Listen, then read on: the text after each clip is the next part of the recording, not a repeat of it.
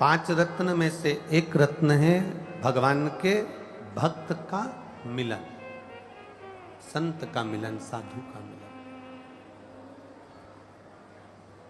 और 5 रत्न में दूसरा रत्न है भगवान की कथा। चाहे तुम राम जी की कथा सुनो, चाहे तुम शिव जी की कथा सुनो, चाहे तुम कृष्ण की कथा सुनो, अगर आप भगवान की कथा में रमे हुए हो, शिव कथा में रमे हुए हो, तो समझ लेना 5 रत्न में से एक रत्न आपके पास में है, हरि की कथा, प्रभु की कथा, भगवान की कथा। एक रत्न तुम्हारे पास है। थोड़ा प्रेशर बढ़ा।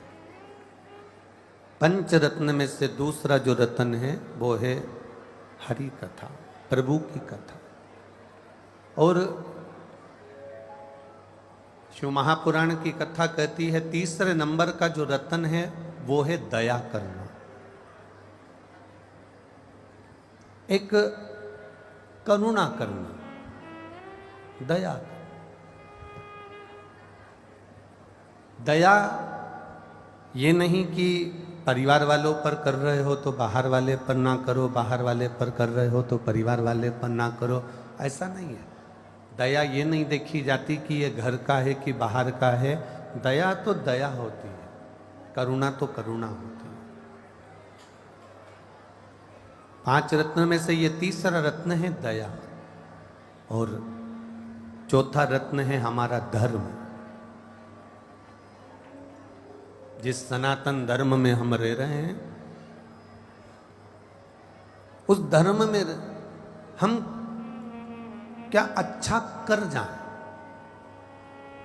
उस धर्म में हम क्या अच्छा कर सकते हैं और क्या अच्छा कर दें, ये धर्म की रक्षा कैसे हो सके। हम लोग अपनी अपनी भाषाओं में कहते हैं धर्म की जय हो, अधर्म का नाश हो, प्राणियों में और विश्व का कल्याण हो। अर्थात धर्म की रक्षा की बात भी अगर कोई करे तो समझ लो कि वो 5 रत्न में से एक रत्न है हमारा। और 5वें नंबर का रत्न है उपकार कर देना।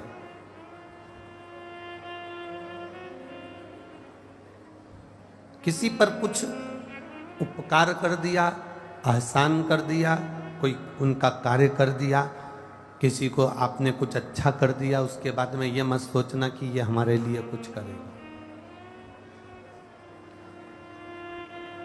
आप किसी को पानी पिला दो, आप किसी को भोजन करा दो, तो भोजन कराने के बाद में तुम ये विचार मत करना कि हम जब इसके घर जाएंगे तो ये हमको भोजन कराएगा, हम जब इसके घर जाएंगे तो हमको पानी पिलाएगा। ना ना ना ना,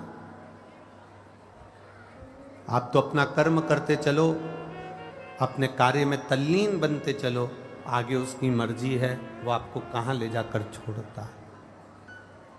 5 रत्न में तुलसीदास जी लिखते हैं 5वें नंबर का रत्न है उपकार कर देना। और उपकार कर कर, किसी का कार्य कर कर, उपकार कर कर छोड़ देना कि अब आगे उसकी मर्जी, आगे उसका मन, आगे उसकी मर्जी है। ये उपकार करने के बाद में छोड़ दिया। पर शिव महापुराण की कथा कहती है कि जो ये 5 रत्न हैं, इन 5 रत्न में सबसे प्रबल रत्न कौन सा है, तो कहा इन 5 रत्न में सबसे प्रबल रत्न है किसी संत सतगुरु का, किसी शिव भक्त का, किसी राम भक्त का, किसी कृष्ण भक्त का आपसे मिलन हो जाना। और दूसरा रत्न भारी है भगवान शंकर की कथा को श्रवण कर लेना, भगवान की भक्ति को श्रवण कर लेना। ये बहुत कठिन है। और तेरी कृपा बिना न हिले एक भी अणु, लेते हैं श्वास तेरी कृपा से करूं। बखान क्या करूं मैं राखों के ढेर का, चपटी भभूत में खजाना कुबेर का।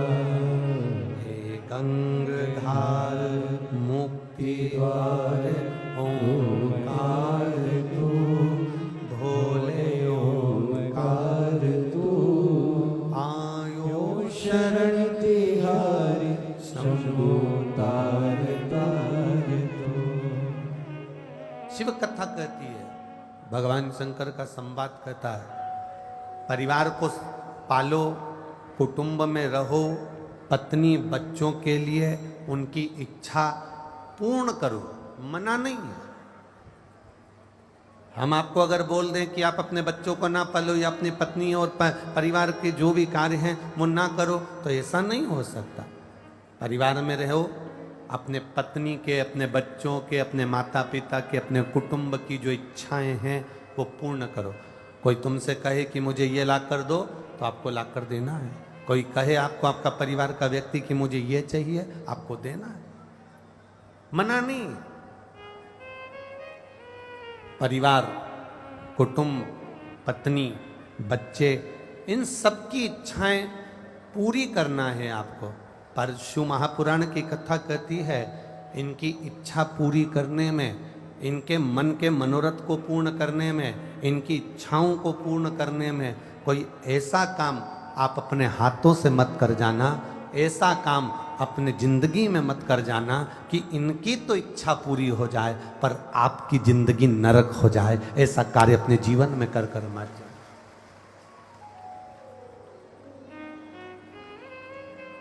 ऐसा कार्य कर कर मत जाना कि मालूम पड़े कि इनकी तो इच्छा पूरी हो गई।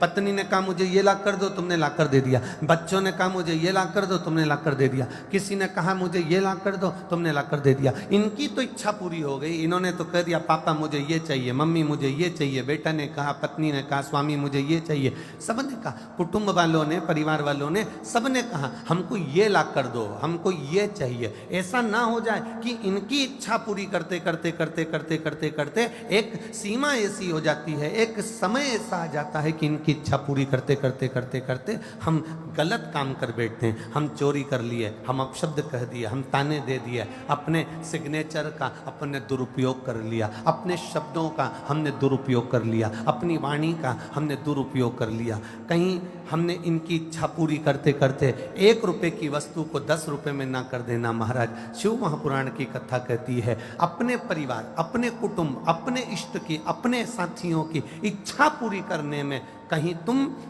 अहित ना कर जाओ। और जिस दिन इच्छा पूरी करते करते मालूम पड़े तुम गलत पथ पर चल बैठे, इच्छा पूरी करते करते तुम गलत मार्ग पर निकल गए, तो इनकी तो इच्छा पूरी हो जाएगी पर आपकी संपूर्ण जिंदगी नरक हो जाएगी। इसलिए इससे बचने का प्रयास करो। बिंदुक और देवराज के साथ में हुआ क्या था? हुआ क्या था? बिंदुक नाम का ब्राह्मण कुल में जन्म ले लिया। बिंदुक नाम का ब्राह्मण कुल में जन्म लेने के बाद अच्छी सुंदर पत्नी मिल गई। सुंदर पत्नी, कहते हैं बिंदुक की जो धर्म पत्नी थी इतनी सुंदर थी, इतनी सुंदर थी कि देवलोक की अप्सराएं उसके सामने फीकी थी। वो इतनी सुंदर, चंचुला इतनी सुंदर थी, बिंदुक की धर्मपत्नी इतनी सुंदर थी। और शास्त्र कहता है कि बिंदुक की पत्नी इतनी सुंदर होने के बाद भी बिंदुक एक बार एक मार्ग से निकल कर जा रहा था। उस मार्ग में वो चोरी का थोड़ा सा धन लेकर जा रहा था और उस मार्ग से निकलते निकलते निकलते निकलते उसको सामने एक सुंदर स्त्री नजर आ गई।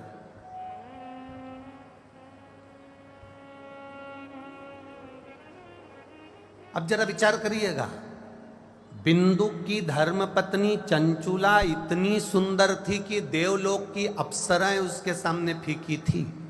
उसके बाद भी पति को दूसरी स्त्री पसंद आ रही है। जरा समझिएगा, कई माताएं हमसे प्रश्न करती हैं, जीजियों आपका वो प्रश्न का उत्तर थोड़ा सा ध्यान दीजिएगा। कई माताएं प्रश्न करती हैं, कई जीजियां प्रश्न करती हैं, कई माताएं प्रश्न कि गुरुजी एक बात बताओ, कई पुरुषों की पत्नियां इतनी सुंदर होती है, इतनी सुंदर होती है, उसके चरणों को प्रणाम करती है, उसका सम्मान करती है, उसका आदर करती है। पत्नी उसके मनपसंद भोजन को तैयार करती है, पत्नी उसका आदर करती है। इसके बाद भी वो पुरुष, उसके बाद भी वो पति दूसरी स्त्री के साथ में उसको क्यों देखता, उसके साथ क्यों रहना पसंद करता? कारण क्या है? जब चंचुला इतनी सुंदर थी कि देवलोक की अप्सराएं उसके सामने फीकी थी,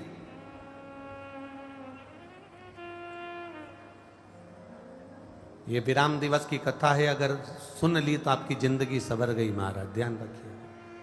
चंचुला इतनी सुंदर थी कि देवलोक की अप्सराएं फीकी थी। फिर चंचुला का पति पर स्त्री को क्यों देख रहा है? चंचुला का पति पर नारी को क्यों देख रहा है?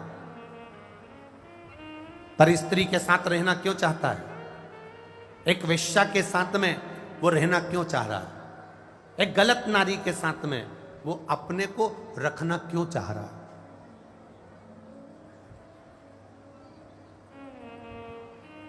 जब इतनी सुंदर धर्म पत्नी है तो फिर क्यों दूसरी जगह जाना, क्यों दूसरे को देखना? कारण क्या है? उसका एक कारण सबसे प्रबल है। आपको लगे कि ये दूसरी जगह क्यों जाता है, प्रश्न है लोगों का, तो उसका एक कारण है।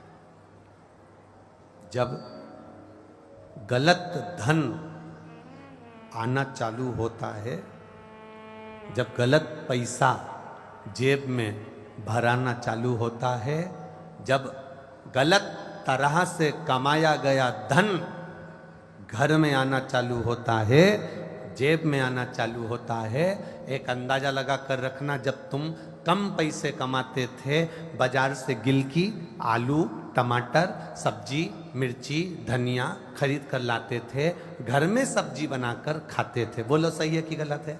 जम के बोलो जरा, सही है ना? अब मालूम पड़े तुम्हारा व्यापार बढ़ गया, तुम्हारे पास में पैसे की आवक बढ़ गई, अब तुम क्या करते हो? हफ्ते में एक बार अपने पत्नी बच्चों के साथ में होटल खाना खाने जाते। बोलो पैसा बढ़ा तो बढ़ा कि नहीं बढ़ा काम? पैसा बढ़ा तो होटल में खाना खाने जाने लगे। पैसा और बढ़ा तो अब क्या होने लगा? पत्नी ने कहा आज मेरा मन नहीं कर रहा रोटी बनाने का, सब्जी बनाने का, तुम एक काम करो बाजार से मंगवा लो। पैसा बढ़ा तो बाजार की सब्जी और रोटी घर में आने लगी। जब बाजार की सब्जी रोटी घर में आने लगे तो समझ लेना कि बाजार की कोई भी तुम्हारे घर में कभी भी कब्जा कर सकती है, इतना अंदाजा लगा कर बैठ। यह अंदाजा लगा कर बैठना कि सब्जी और भाजी बाजार की क्यों आ रही है। अपने घर में भोजन बनाने का स्वाद था मेरी पत्नी के हाथ में। मेरी माँ जो भोजन बनाती थी उसके आगे सब भोजन फीके थे। मेरी माँ जब दाल बाटी चूरमा बनाती थी तो 50 लोग खाकर जाते थे और उनको स्वाद आता था। मेरी पत्नी अगर जरा सा भोजन बनाती थी तो सब्जी में स्वाद आता था। आज घर के बच्चों को, आज घर के व्यक्ति को, आज घर के पति को, आज घर के लोगों को तुम्हारे हाथ का भोजन पसंद नहीं आ रहा, तो तुम कितनी भी सुंदर हो, चाहे तुम देवलोक की अप्सराओं से भी ज्यादा चंचुला देवी सुंदर थी, आखिर कारण क्या था कि बिंदु को परनारी प्रिय लगी? उसका कारण केवल इतना था कि आप ध्यान देना कि गलत धन जब बढ़ता चला जाता है, बढ़ता चला जाता है, तब व्यक्ति फिर धीरे धीरे धीरे धीरे जैसे भोजन घर का नहीं भाता, बाहर जाता है, होटल जाता है, होटल का भोजन घर आता है, उसी तरह फिर व्यक्ति भी दूसरे स्थान पर जाना प्रारंभ कर देता है। बिंदु के पास में चोरी का धन बढ़ रहा था। धन इतना बढ़ गया बिंदु के पास में, इतनी संपदा बढ़ गई बिंदु के पास में कि उसकी धर्म पत्नी इतनी सुंदर थी तो भी वो ना देख पा रहा है, उसकी धर्म पत्नी इतनी सुंदर थी उसका स्मरण ना कर पा रहा है। और आखिरी में हुआ क्या? एक जिस नारी के चक्कर में बिंदु पड़ा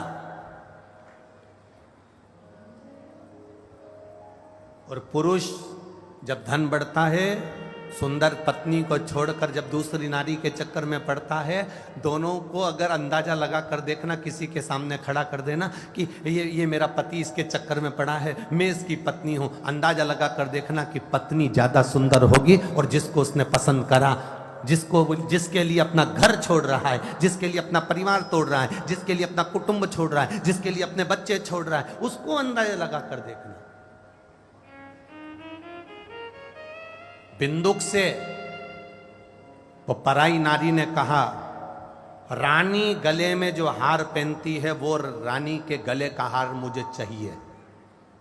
अब बिंदुक कहता, मैं तो छोटा सा चोर हूं, लाता हूं, तुम्हें दे देता हूं, मैं कहां से वो रानी का हाल, मैं नहीं जानती। रानी का हार अगर मेरे पास में नहीं आया तो मेरे घर में पांव रखने की जरूरत नहीं, निकल जा बाहर।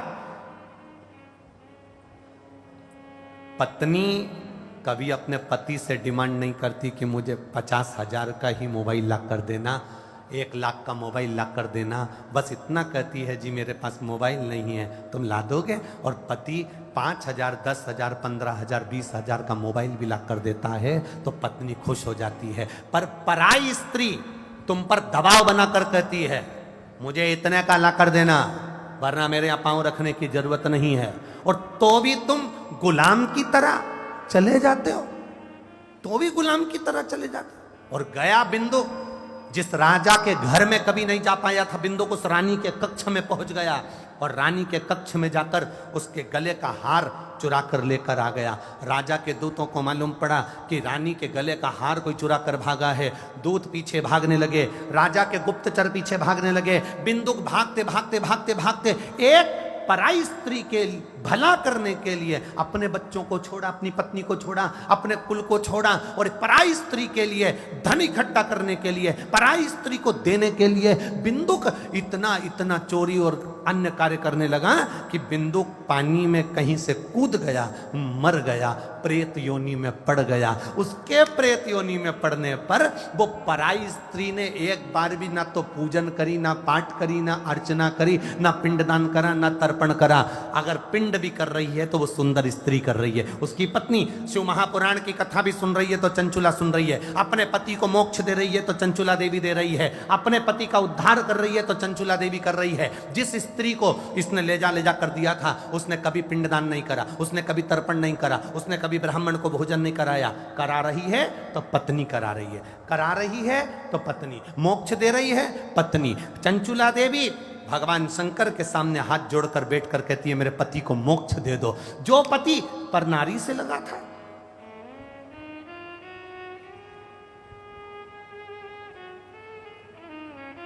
कमाओ, जितने अलवर में रह रहे हो और जितने बाहर से कथा सुनने के लिए आए हो, मैं बाबा देव अधिदेव महादेव से यही प्रार्थना करता हूं, जितने लोग आस्था चैनल पर कथा सुन रहे हैं, जितने फेसबुक यूट्यूब पर सुन रहे हैं और जितने यहाँ बैठ कर कथा सुन रहे हैं, बाबा देव अधिदेव महादेव अधिक मास का समय, श्रावण का महीना, खूब इनकी झोलियों में धन देना, पर भगवान से इतना कहना कि धन ऐसा देना कि तेरी सेवा में लगे, गलत जगह नहीं लगे। वो धन गलत जगह नहीं जाना चाहिए, वो संपदा गलत स्थान पर नहीं जाना चाहिए, सही जगह पर सही पूंजी अगर पहुंच जाती है तो जीवन की सार्थकता हो जाती है। एक पत्र आया है, देखिए।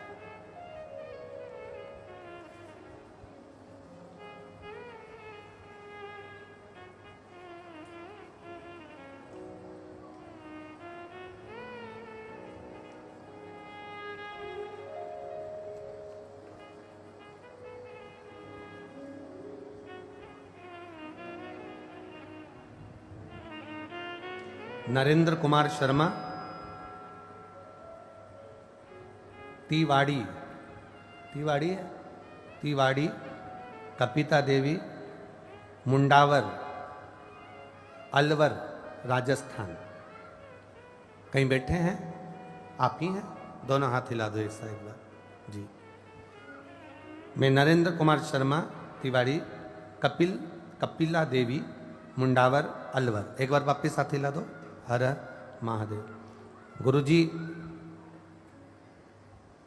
मेरा नौकरी को लेकर सन 2001 से, सन का ध्यान रखिएगा, कौन सा सन? 2001। 2001 मतलब आज से 23 साल पहले का, 22-23 साल पहले का स्मरण। 2023 से मेरी नौकरी को लेकर मुकदमा चल रहा था। Case Alwar, Jaipur high court, supreme court, Delhi तक पहुंचा, पर उसका कोई निर्णय नहीं आया।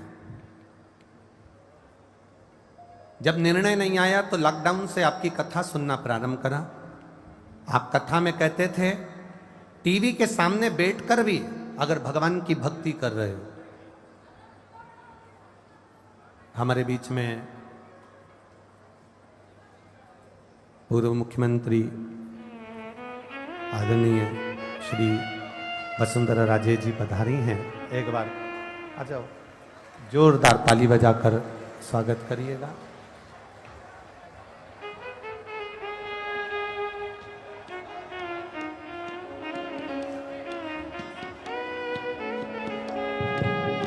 जय जय श्री राधे।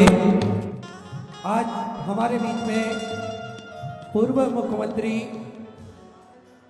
आदरणीय वसुंधरा राजे जी सिंधिया हमारे बीच में पधारी हैं। एक बार जोरदार ताली बजाकर स्वागत करें।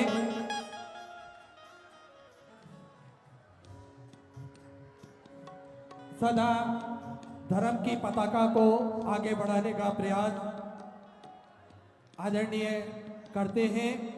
निरंतर सनातन धर्म की पताका आगे फहरे, इसी कार्य में निरंतर उनका प्रयास रहता है।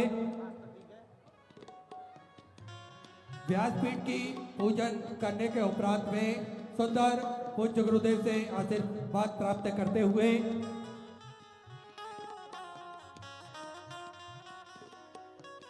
हमारे बीच में आदरणीय श्रीमती वसुंधरा राजे जी पधारी हुई हैं, जिन्होंने संपूर्ण क्षेत्र में सनातन धर्म की ध्वजा का पताका को फहराया है। एक बार जोरदार ताली बजाकर स्वागत।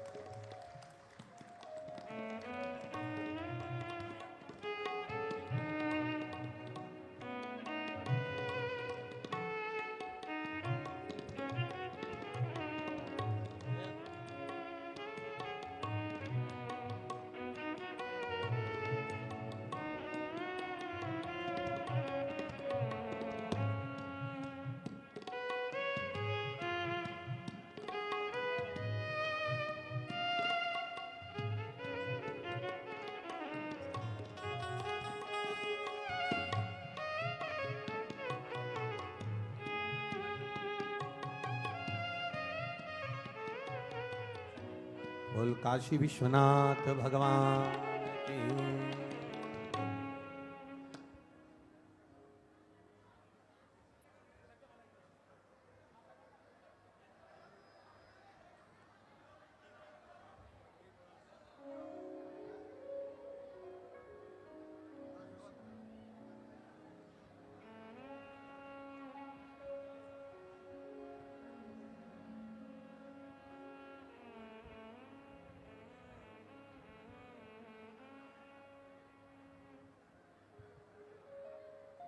शिव कथा कह रही है, भगवान शंकर का संवाद कह रहा, शिव महापुराण की कथा कह रही, बड़े भाव के साथ, दिल के साथ बाबा देव अधिदेव महादेव से अपने हृदय की बात कही। 7 दिन की कथा में आज विराम दिवस है। भाव के साथ में भगवान देव अधिदेव महादेव से श्रावण का अधिक मास का प्रथम दिन शिव जी से अपने हृदय की बात बड़े भाव के साथ में दिल से बाबा से प्रार्थना करेंगे, भाव से कहेंगे। जिन कार्यकर्ताओं को जहां जगह मिल जाए वहां बैठ जाए और बाबा से मन की बात बड़े भाव से करें। श्री शिवाय नमस्तुभ्यं। श्री शिवाय नमस्तुभ्यं। श्री शिवाय नमस्तुभ्यं। श्री शिवाय नमस्तुभ्यं। श्री शिवाय नमस्तुभ्यं। भोला सब दुख काटो मारा, ओ भोला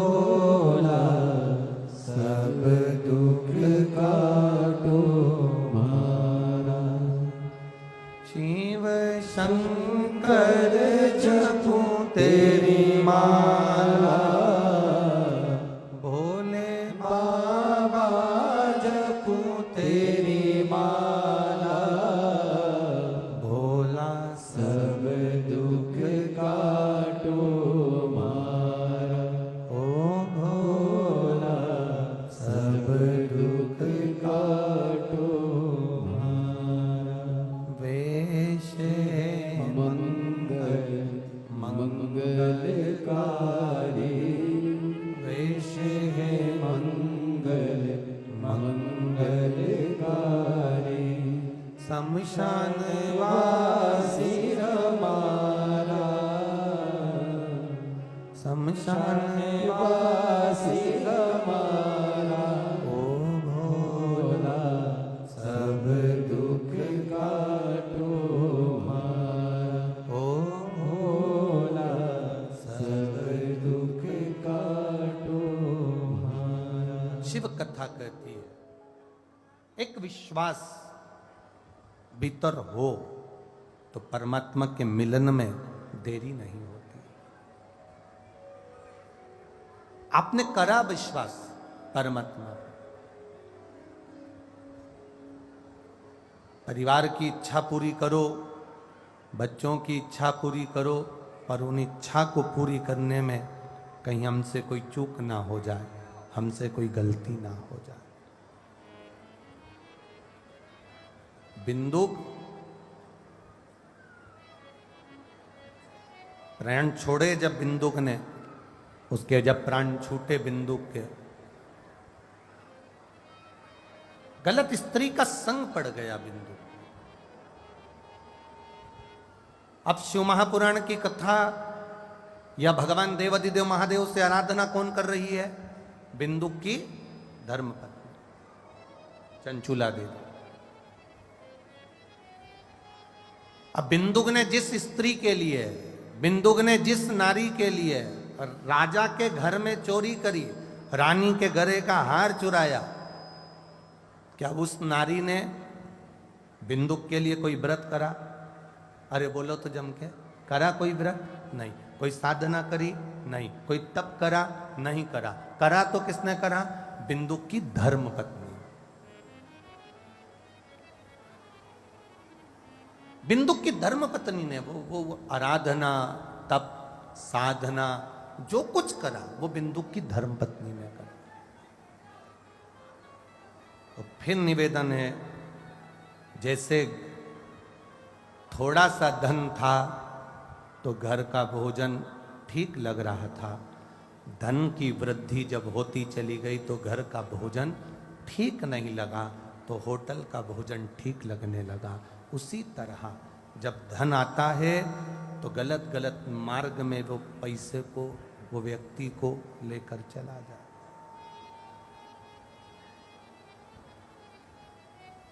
स्वयं माता लक्ष्मी जी की मां, भगवान विष्णु भगवान की सासू जी ख्याति देवी, भगवान नारायण की सास,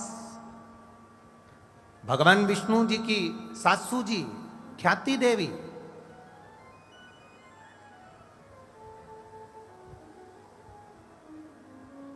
जिनका मन था कि भगवान अपनी बेटी का अगर विवाह करूंगा, अपनी बेटी की अगर मैं कहीं ब्याऊंगी, अगर मैं अपनी बेटी की कहीं शादी करूंगी, तो ख्याति देवी भगवान शंकर की इतनी बड़ी उपासक थी, इतनी बड़ी उपासक थी कि शंकर के बिना रहती नहीं थी। अभिषेक, पूजन, अर्चना, बेलपत्र से श्रृंगार, पुष्पों की पंखड़ियों से श्रृंगार, स्नान कराना, अलग अलग नदियों, तालाब, बावड़ी तक जाना, वहाँ से जल लेकर आना और शंकर भगवान का अभिषेक, पूजन करना, स्नान कराना। शंकर जी प्रसन्न हो गए और देवाधिदेव महादेव जब प्रसन्न हुए तो उन्होंने ख्याति से पूछा, भगवान नारायण की सासू मां लक्ष्मी जी की माता जी ख्याति देवी से पूछा, अब क्या चाहती हो? आप चाहती क्या हो? ख्याति देवी ने कहा, प्रभु बस इतनी सी बात है कि मेरी बेटी लक्ष्मी का विवाह मैं आपके साथ में करना चाहती हूं।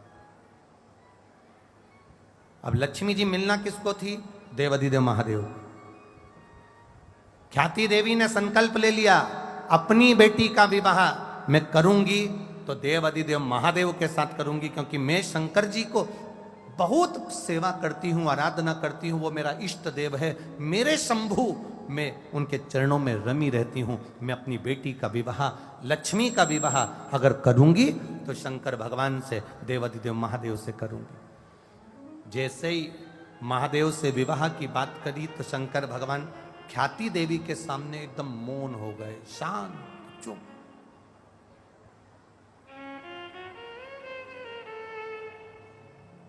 अब एकदम मौन होकर बैठे हैं मेरे महादेव।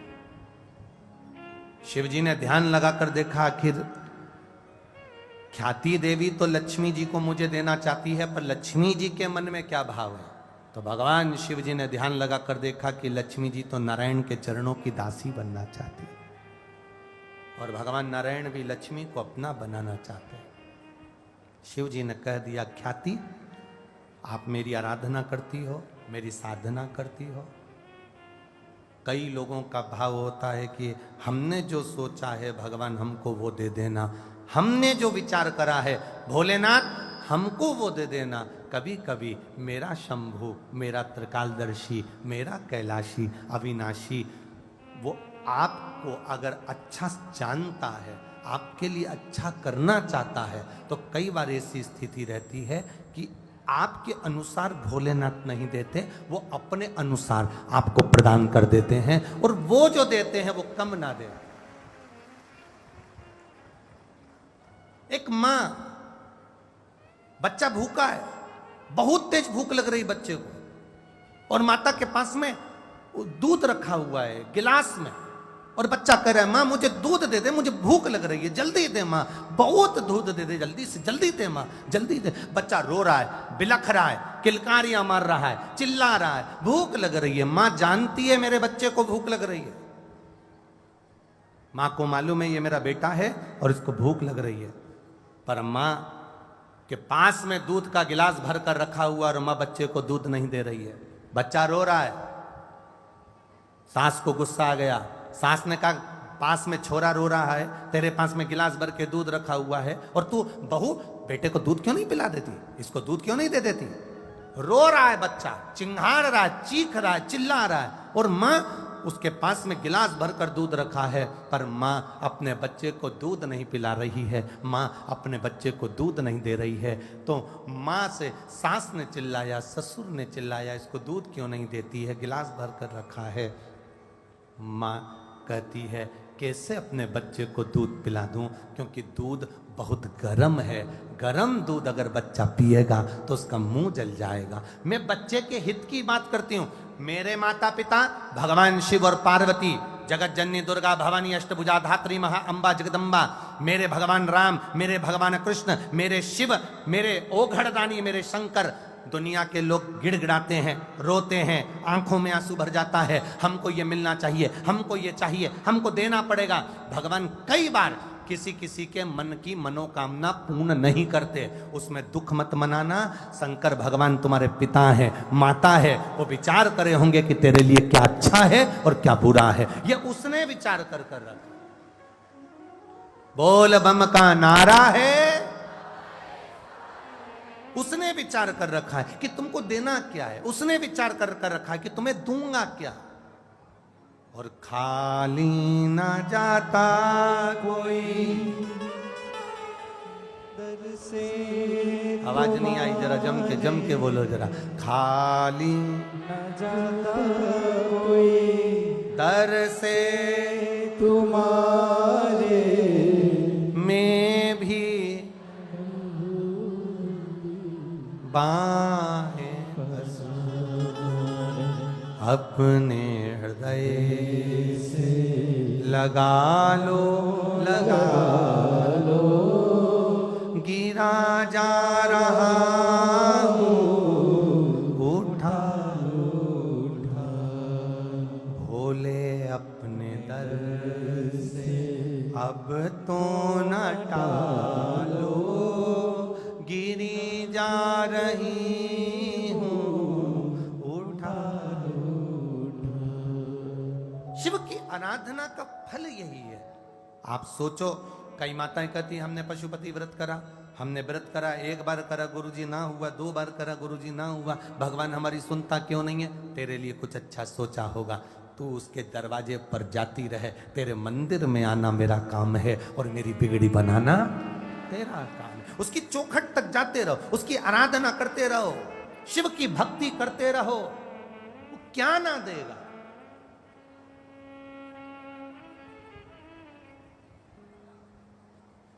कल एक यजमान परिवार में से एक भैया जी कह रहे थे, गुरुजी हमारे घर के लोग भगवान कृष्ण को मानते हैं तो वो शंकर जी की कथा में नहीं आए,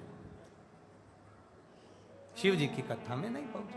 तो हमने कहा क्यों नहीं पहुंचे? तो कि वो भगवान कृष्ण को मानते। तो हमने कहा उनको ये नहीं कहा कि भगवान कृष्ण की 16,108 रानियां थी। भगवान कृष्ण की जब 16,108 रानियां थी, एक भी रानी से संतान नहीं हुई, तब भगवान कृष्ण ने गर्गाचार्य बाबा को बुलवाया, उनसे पूछा मेरी एक भी रानी के औलाद नहीं है, संतान नहीं है, कुछ कृपा करिए।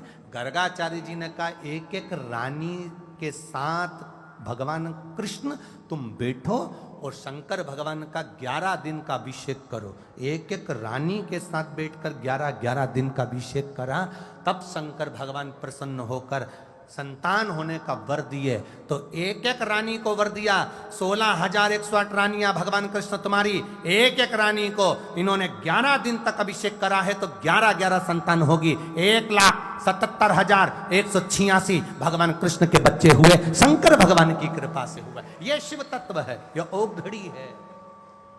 देवता देते हैं पल्ला झाड़ कर और मेरा महादेव देता है छप्पर फाड़ कर। जब देता है वो कम नहीं देता है। राम जी महाराज को दिया, लंका का राज्य दे दिया। वो कहे हमारे वो भगवान कृष्ण को मानते तो शंकर की भक्ति। हम उनसे कहना चाहेंगे, भगवान कृष्ण ने पांडवों से कहा, पांडव जाओ शिव की आराधना करो, पांडव जाओ शंकर की आराधना करो। पूरे भारत की भूमि पर जितने जितने प्राचीन मंदिर हैं, एक एक मंदिर में जाकर देखना, पांडव कालीन मंदिर मिलेंगे, पांडवों के द्वारा बने हुए शिवलिंग मिलेंगे, पांडवों के द्वारा बनाए गए भगवान शंकर के स्वरूप मिलेंगे। कहीं ना कहीं जितने मंदिरों में जाओगे प्राचीन, वहां मिल जाएगा यह पांडव कालीन है, यहाँ शंकर भगवान की आराधना पांडवों ने करी थी। भगवान द्वारिका नाथ कर रहे हैं कि पांडवों जाओ शिव की आराधना करो। और स्वयं द्वारकाधीश जो गुजरात में विराजते हैं, द्वारकाधीश के मंदिर में प्रवेश करने से पहले दरवाजे पर सबसे पहला दर्शन होता है तो मेरे शंकर भगवान के शिवलिंग का होता है। तिरुपति जाओ तो तिरुमाला के शिखर पर वेंकटेश भगवान के दर्शन करने से पहले नीचे कपिलेश्वर महादेव का दर्शन होता है। नाथ द्वारा जाओ जहां मेरे श्री जी बाबा बैठे हैं, वहां दर्शन करने से पहले एकलिंग जी का दर्शन होता है। बद्रीनाथ जाओ तो वहां केदारनाथ जी का दर्शन होता है। तुम जहां जाओगे वहां मेरा शंभू पहले बैठा है, क्योंकि शंकर भगवान से देवता भी पूछते हैं, ये मृत्यु लोक आपका है, ब्रह्मलोक ब्रह्मा का, वैकुंठ लोक भगवान विष्णु का, इंद्र लोक इंद्र का, पृथ्वी मृत्यु लोक शंकर भगवान का है। तो देवता भी पृथ्वी पर पांव रखने से पहले पूछते हैं कि हम यहाँ आए तो हम आपके बिना नहीं रह सकते। शंकर भगवान कहते हैं ये पृथ्वी तुम्हारी है। नारायण बोले यही तो चिंता का विषय है। भगवान नारायण कहते हैं एक बार मैं पृथ्वी पर आया, जैसे ही आया मैंने पांव रखा तो मेरे चरण में, मेरे पांव के नीचे एक कंकर आ गया। कंकर में मुझे शंकर नजर आ रहा था, इसलिए मैंने पृथ्वी पर पांव रखना बंद कर दिया। भगवान नारायण ने पृथ्वी पर आना बंद कर दिया। जैसे ही पृथ्वी पर आना बंद हुआ, भगवान विष्णु का, शंकर भगवान को चिंता व्यापी, तो भोलेनाथ जी ने नारायण से पूछा आजकल तुम हमसे मिलने पृथ्वी पर नहीं आते? भगवान विष्णु कहते हैं प्रभु आने का तो बड़ा मन होता है, पर आऊं तो आऊं कैसे? चरण रखता हूं, कंकर में शंकर दिखता है, कैसे आऊं मैं? भगवान शंकर ने कहा नारायण आपके बिना हम नहीं रह सकते और हमारे बिना आप नहीं रह सकते। एक काम करो ना, ये चरण का काम ही खत्म कर दो, कुछ ऐसे बन जाओ ना कि तुम मुझसे लपट कर रहो, चिपक कर रहो, जैसे कंकर से चिपक कर कोई रह सकता हो, ऐसे तुम रहो और चरण हटा दिए जाएं। तो भगवान नारायण ने कहा आप बताओ मैं क्या बन जाऊं? भगवान शंकर ने कहा तुम सांप बन जाओ, सांप बनकर कंकर से भी चिपक कर चलोगे, पांव रखने का काम ही नहीं पड़ेगा। मेरे नारायण सर्प बन गए, शिव जी के गले में एक सांप पड़ा रहता है। दुनिया के लोग कहते हैं वासुकी, शंकर भगवान के गले में पड़ा हुआ है। स्मरण रखना, भगवान शंकर के गले में जो सांप पड़ा वो मेरे नारायण है। स्वयं शिव के गले में 24 घंटे पड़े रहते हैं, क्योंकि नारायण के बिना शिव अधूरे हैं और शिव के बिना मेरे नारायण अधूरे हैं। ये अधूरता,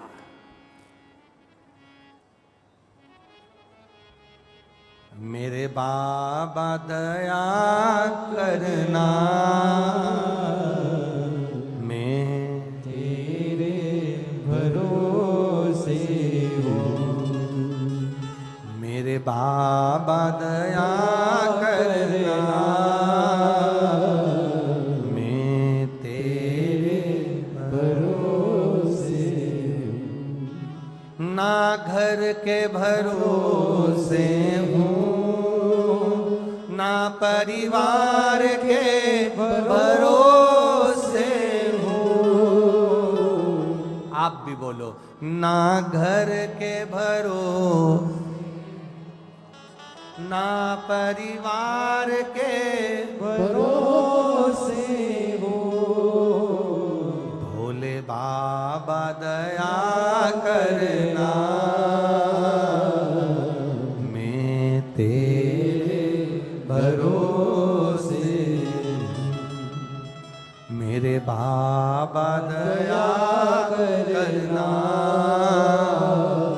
मैं तेरे भरोसे हूँ। आप उसके सहारे तो रहो, आप उसके आश्रित तो रहो। शिव महापुराण की कथा कहती है अपनी मेहनत को पूर्ण तरह से करो, अपने कर्म को पूरी तरह से करो। जितनी मेहनत कर सकते हो, इस शरीर की जितनी कैपेसिटी है उससे 4 गुना ज्यादा मेहनत करो।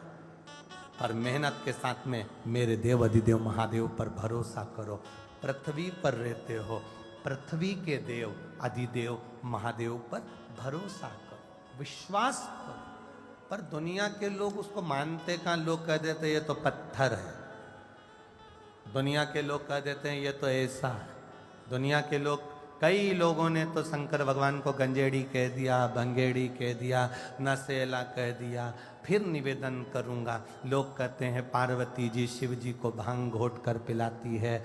शिव पुराण कहती है मेरे भारत की नारी अपने पति को मल के तंबाकू खाने को नहीं देती, तो मेरी पार्वती महादेव को भांग नहीं देती। ये तो दुनिया का भ्रम है।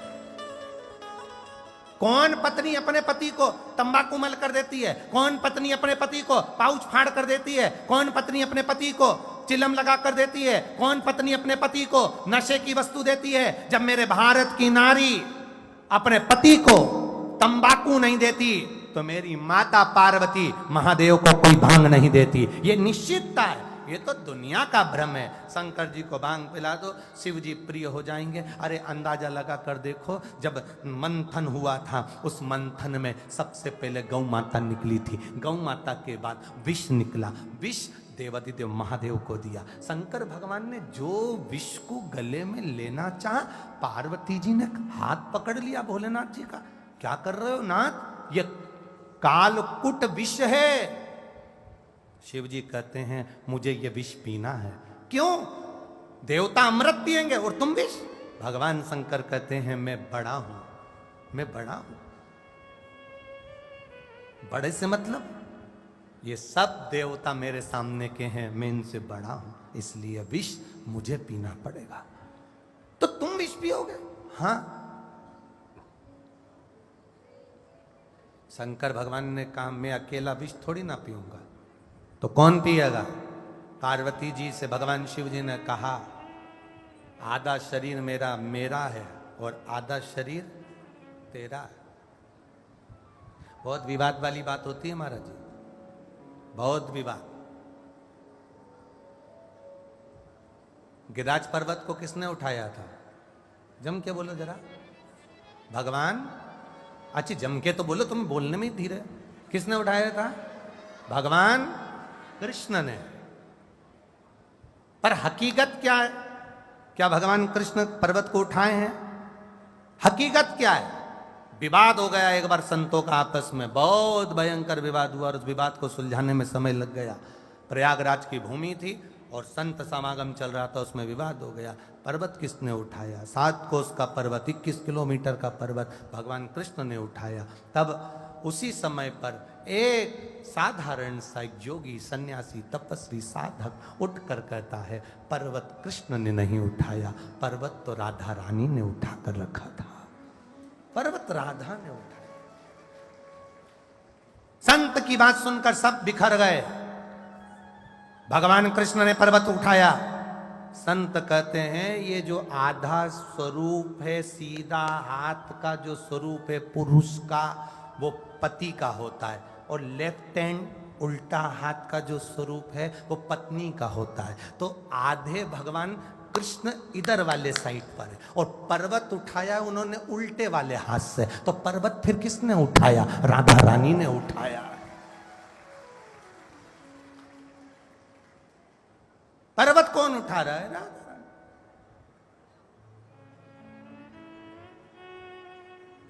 कछु माखन को बल बड़ो, कछु गोपियन को साथ, राधा जू की कृपा से गोवर्धन लियो। गोवर्धन।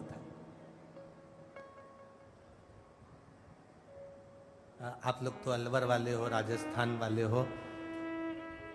गिरिराज पर्वत का कुछ हिस्सा राजस्थान क्षेत्र में भी आता है। तो आप लोगों को तो छाती तान कर चढ़ना चाहिए कि हम गिरिराज जी की शरण में हैं, हम गोवर्धन नाथ जी की शरण में। ये एक उमंग और एक उत्साह वाला विषय है। तुम्हें तो छाती तान कर चलना चाहिए। वो फिर वही बात आ गई, हम तो बाबा के भरोसे रहते, हम तो बाबा के भरोसे चलते हैं। ये दुनिया वाले जलते हैं, ये दुनिया वाले जलते हैं, हम तो बाबा के भरोसे चलते हैं। हो जाए।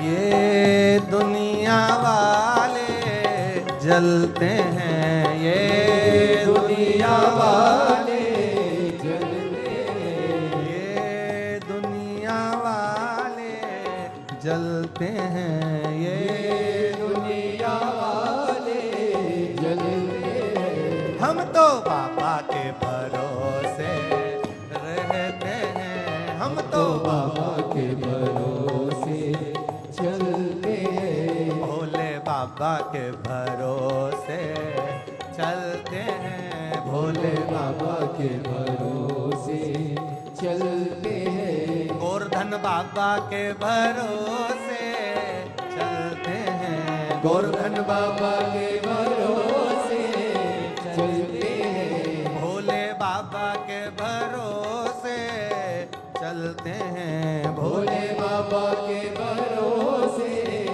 चलते हैं। हम तो बाबा के भरोसे चलते हैं, हम तो बाबा के भरोसे चलते हैं। ये तीसरे नंबर के पंडाल वाले पीछे वाले दोनों हाथों से बड़े प्रेम के साथ, आनंद के साथ जय हो।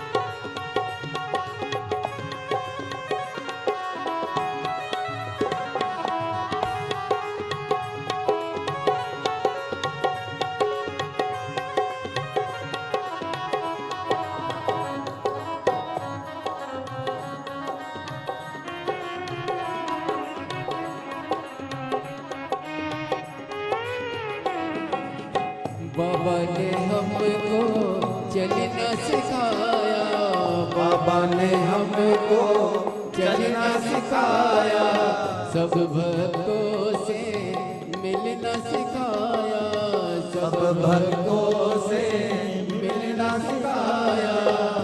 हम तो सीना तान के चलते हैं, हम तो सीना तान के चलते हैं, हम तो बाबा के भरोसे चलते हैं, हम तो बाबा के भरोसे चलते हैं, भोले बाबा के भरोसे चलते हैं, भोले बाबा के भरोसे चलते हैं, गोवर्धन बाबा के भरोसे चलते हैं, गोवर्धन बाबा के भरोसे चलते हैं, हम तो बाबा के भरोसे चलते हैं, हम तो बाबा के भरोसे चलते हैं, शंभू बाबा के भरोसे चलते हैं, शंभू बाबा के भरोसे चलते हैं। जय हो।